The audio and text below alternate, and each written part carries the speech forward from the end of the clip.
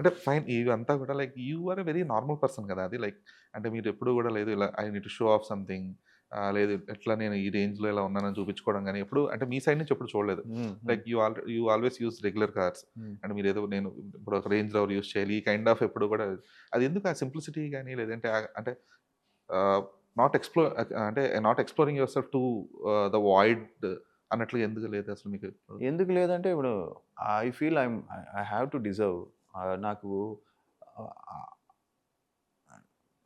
నాకు even though I wanted to but I still feel నేను deserve కాదు ఇంకా ఓకే. నేను ఓకే. డిజర్వ్ అవ్వాలి అనే ఫీలింగ్ ఉంటది. That's one thing. Second thing I don't want to ask my dad or waste his money. నేను సంపాదించుకొని నేనే కొనుక్కోవాలి అనేది నాకెక్కువ ఈ ఎస్పెషల్లీ లాస్ట్ 5, 6 ఇయర్స్‌లో ఇంకా ఎక్కువైపోయిందది. హ్మ్. I don't want to ask him ఏదన్నా కావాలంటే ఏదైనా కావాలి నాన్న నాకేమైనా అమౌంట్ కావాలి. నేను ఏ రోజు అడిగింది లేదు. ఏదైనా ఏదైనా ఉంటే మా అమ్మని అడుగుతానెళ్లి. అమ్మ కొంచెం కొంచెం టైట్‌గా ఉంది.